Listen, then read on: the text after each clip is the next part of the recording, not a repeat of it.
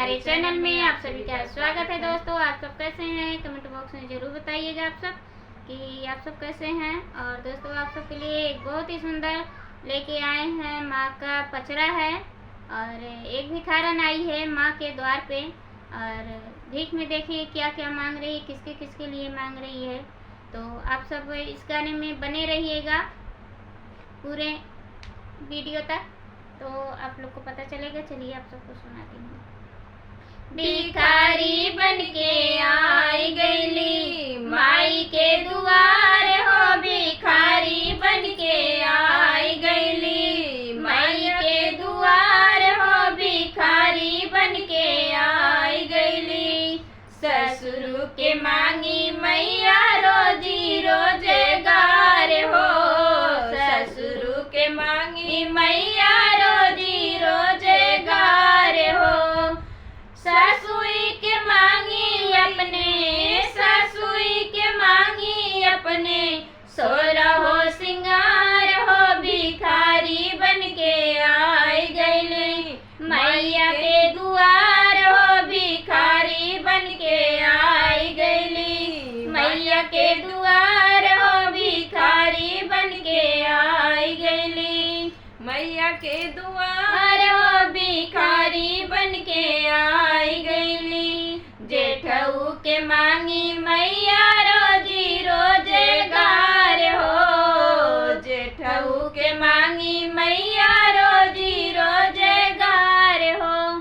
जेठनी के मांगी अपने, जेठनी के मांगी अपने, सोरा हो सिंगार हो, भिखारी बन के आई गईली माई के दुआर हो, भिखारी बन के आई गईली, भिखारी बन के आई गईली मैया के दुआर हो, भिखारी बन के आई गईली। देवरू के मांगी अपने रोजी रोजगार हो, देवरू के मांगी अपने रोजी रोजगार हो। देवरानिया के मांगी अपने, देवरानिया के मांगी अपने, सोरा हो सिंगार हो, भिखारी बन के आई गईली मैया के दुआर हो, भिखारी बन के आई गईली माई के दुआर हो, भिखारी बन के आई गईली माई के दुआर हो, भिखारी बन के आई गईली।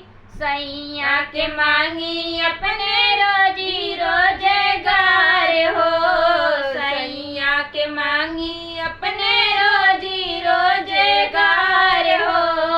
अपना के मांगी मैया, अपना के मांगी मैया, सोरा हो सिंगार हो, भिखारी बन के आई गईली माई के दुआर हो, भिखारी बन के आई गईली मैया के दुआर हो, भिखारी बन के आई गईली माई के दुआर हो, भिखारी बन के आई गईली। बेटवा के मांगी अपने रोजी रोजगार हो, बेटवा के मांगी अपने रोजी रोजगार हो। अपने पतोहिया के, अपने पतोहिया के, सोरा हो सिंगार हो, भिखारी बन के आई गईली मैया के दुआर हो, भिखारी बन के आई गईली माई के दुआर हो, भिखारी बन के आई गईली माई के दुआर हो, भिखारी बन के आई गईली। जय माता रानी की। हमारा गाना कैसा लगा कमेंट बॉक्स में जरूर बताइए। मिलते हैं नए गाने के साथ नेक्स्ट वीडियो में, तब तक के लिए धन्यवाद।